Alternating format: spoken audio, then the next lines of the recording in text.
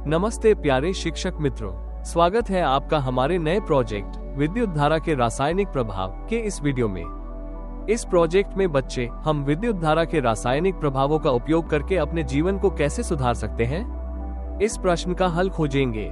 वे सीखेंगे कि जब विद्युत धारा विभिन्न द्रवों से प्रवाहित होती है तो वो किस प्रकार के परिवर्तन उत्पन्न कर सकती है।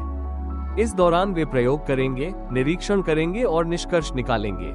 इस पाठ के अंत में विद्यार्थी विद्युत धारा के रासायनिक प्रभावों को समझेंगे, द्रवों की चालकता की पहचान कर सकेंगे, विद्युत अपघटन, इलेक्ट्रोलिसिस, इलेक्ट्रोप्लेटिंग और धातु परिष्करण जैसी प्रक्रियाओं को प्रयोगों के माध्यम से अनुभव करेंगे और समूहों में मिलकर अपने निष्कर्ष प्रस्तुत करेंगे। वे हाइड्रोजन ईंधन उत्पादन जैसी नवीन प्रक्रियाओं को भी समझेंगे। ये प्रोजेक्ट 5 दिनों में पूरा होगा, जिसे हम विज्ञान की 40 मिनट की घंटी में करेंगे। पहले दिन बच्चे विद्युत चालकता और द्रवों की पहचान करेंगे। दूसरे दिन वे विद्युत प्रवाह से होने वाले प्रभावों का निरीक्षण करेंगे। तीसरे दिन वे जल अपघटन का प्रयोग करेंगे। चौथे दिन वे इलेक्ट्रोप्लेटिंग और धातु परिष्करण को समझेंगे और 5वें दिन वे अपने समूहों में कार्य प्रस्तुत करेंगे।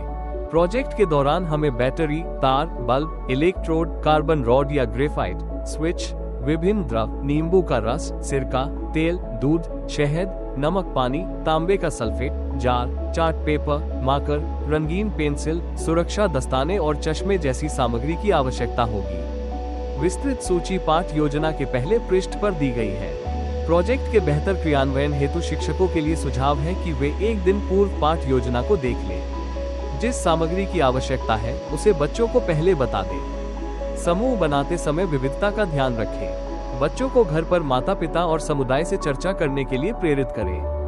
पहले दिन की शुरुआत विद्युत चालकता की अवधारणा से होगी। शिक्षक बच्चों से प्रश्न करेंगे, क्या हर द्रव बिजली प्रवाहित कर सकता है? क्या तेल और शहद भी प्रवाह करते हैं? बच्चे अनुमान लगाएंगे और फिर बैटरी, बल्ब और इलेक्ट्रोड से एक सर्किट बनाकर विभिन्न द्रवों की जांच करेंगे। वे देखेंगे कि कौन से द्रव चालक हैं और कौन नहीं। अंत में वे एक चार्ट बनाएंगे और निष्कर्ष निकालेंगे। गृह कार्य में बच्चे अपने घर में मौजूद द्रवों की सूची बनाकर उनके चालक, कुचालक होने का अनुमान लगाएंगे। दूसरे दिन बच्चे जानेंगे कि विद्युत धारा कुछ द्रवों में रासायनिक परिवर्तन कैसे करती है। पहले शिक्षक बैटरी, इलेक्ट्रोप्लेटिंग और गोल्ड प्लेटेड गहनों से जुड़े उदाहरण देकर बातचीत शुरू करेंगे। फिर बच्चे समूह में जल के विद्युत अपघटन का प्रयोग करेंगे और देखेंगे कि हाइड्रोजन और ऑक्सीजन गैस कैसे बनती है। वे समझेंगे कि यह प्रक्रिया ऊर्जा उत्पादन और औद्योगिक उपयोगों में कैसे काम आती है।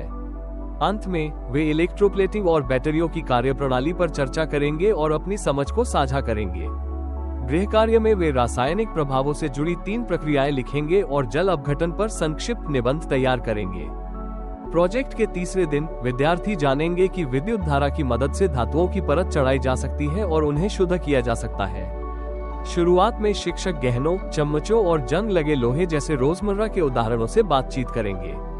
इसके बाद बच्चे इलेक्ट्रोप्लेटिंग का प्रयोग करेंगे, जिसमें तांबे की परत स्टील की कील पर चढ़ाई जाएगी। वे समझेंगे कि यह प्रक्रिया उद्योगों में कैसे उपयोगी होती है। इसके बाद बैटरियों और धातु शुद्धिकरण में इलेक्ट्रोलिसिस की भूमिका पर चर्चा होगी। समापन में बच्चे सोचेंगे कि अगर उन्हें किसी धातु को जंग से बचाना हो तो वे किस धातु की परत चुनेंगे। गृह कार्य में वे इलेक्ट्रोप्लेटिंग वाली 3 वस्तुओं की सूची बनाएंगे और धातु परिष्करण पर 100 शब्दों का लेख लिखेंगे। चौथे दिन बच्चे जानेंगे कि जल अपघटन द्वारा हाइड्रोजन और ऑक्सीजन गैस बनाई जा सकती है। वे ग्रेफाइट पेंसिल और बैटरी की मदद से एक छोटा प्रयोग करेंगे, जिसमें गैस के बुलबुले बनते देखेंगे। शिक्षक ये बताएंगे कि हाइड्रोजन एक स्वच्छ और भविष्य का ईंधन है। गृह कार्य में विद्यार्थी ऐसी वस्तुएं सूचीबद्ध करेंगे जिनमें हाइड्रोजन या ऑक्सीजन का उपयोग होता है और भविष्य में हाइड्रोजन ईंधन पर लघु लेख लिखेंगे। 5वें दिन बच्चे समूहों में मिलकर पूरे सप्ताह के निष्कर्ष साझा करेंगे। वे पोस्टर या मॉडल के माध्यम से अपनी परियोजना प्रस्तुत करेंगे और अन्य समूहों के कार्य को समझेंगे। शिक्षक फीडबैक देंगे और सभी से 3 वाक्य लिखवाएंगे। आज क्या सीखा, सबसे रोचक प्रयोग कौन सा था और इस ज्ञान का कहाँ उपयोग करेंगे। गृह कार्य में 3 विद्युत उपकरणों की सूची और विद्युत धारा और भविष्य की तकनीक पर लेख देना होगा। इस प्रोजेक्ट के माध्यम से बच्चे ये जानेंगे कि विद्युत धारा केवल बल्ब जलाने तक सीमित नहीं, बल्कि इससे रासायनिक परिवर्तन भी संभव है, जैसे जल अपघटन, इलेक्ट्रोप्लेटिंग और धातु शुद्धिकरण। समूह गतिविधियों से उनमें टीम वर्क, संवाद कौशल और वैज्ञानिक सोच का विकास होगा। यह उन्हें वास्तविक जीवन में विज्ञान को पहचानने और उसे समझने में मदद करेगा। शिक्षक इस परियोजना के बाद बच्चों को प्रोत्साहित करें कि वे सोचें, बैटरियों में क्या हो रहा है, चम्मच क्यों चमकदार है और पानी में बुलबुले क्यों बनते हैं।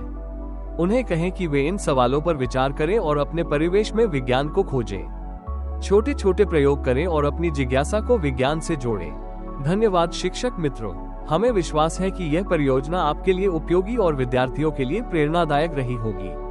आइए मिलकर विज्ञान को बच्चों के जीवन से जोड़ें और उनकी सोच को प्रयोगात्मक और खोजी बनाएं। परियोजना के अंत में कृपया दिए गए QR कोड के माध्यम से फीडबैक अवश्य दें, ताकि हम मिलकर और बेहतर शिक्षण योजनाएं बना सकें। फिर मिलेंगे एक नए अध्याय और एक नई खोज के साथ। नमस्ते।